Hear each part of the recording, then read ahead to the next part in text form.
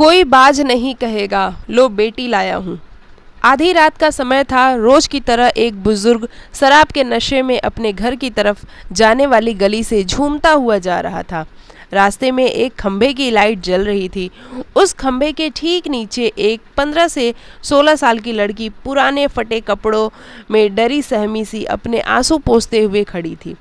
जैसे ही उस बुजुर्ग की नज़र उस लड़की पर पड़ी, वह रुक सा गया। लड़की शायद उजाले की चाह में लाइट के खंभे से लगभग चिपकी हुई सी थी।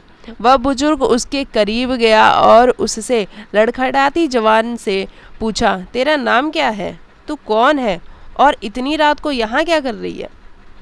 लड़की चुपचाप डरी सहमी नज़रों से दूर किसी को देखे जा रही थी। उस बुजुर्ग ने जब उस तरफ देखा जहाँ लड़की देख रही थी, तो वहाँ 4 लड़के उस लड़की को घूर रहे थे। उनमें से एक को वो बुजुर्ग जानता था। लड़का उस बुजुर्ग को देखकर झेप गया और अपने साथियों के साथ वहाँ से चला गया। लड़की उस शराब के नशे में बुजुर्ग से भी सशंकित थी। फिर भी उसने हिम्मत करके बताया, मेरा नाम रूपा है, मैं अनाथ आश्रम से भाग आई हूँ। वो लोग मुझे आज रात के लिए कहीं भेजने वाले थे। दबी हुई जुबान से बड़ी मुश्किल से वो कह पाई। बुजुर्ग, क्या बात करती है? तू अब कहाँ जाएगी? लड़की, नहीं मालूम। बुजुर्ग, मेरे घर चलेगी? लड़की मन ही मन सोच रही थी कि ये शराब के नशे में है और आधी रात का समय है, ऊपर से ये शरीफ भी नहीं लगता है, और भी कई सवाल उसके मन में धमाचौकड़ी मचाए हुए थे। बुजुर्ग, अब आखिरी बार पूछता हूँ, मेरे घर चलेगी हमेशा के लिए?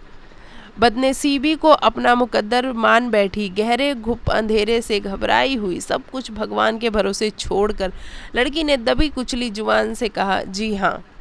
उस बुजुर्ग ने झट से लड़की का हाथ कस कर पकड़ा और तेज कदमों से लगभग उसे घसीटते हुए अपने घर की तरफ चल बढ़ा।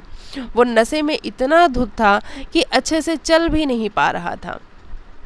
किसी तरह लड़खड़ाता हुआ अपने मिट्टी से बने कच्चे घर तक पहुंचा और कुंडी खटखटाई। थोड़ी ही देर में उसकी पत्नी ने दरवाज़ा खोला और पत्नी कुछ बोल पाती कि उससे पहले ही उस बुजुर्ग ने ये कहा,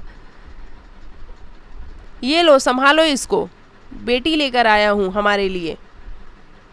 अब हम बाज नहीं कहलाएंगे, आज से हम भी औलाद वाले कहलाएंगे।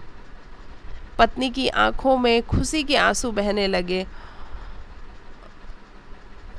वो लड़की को सीने से लगा लिया।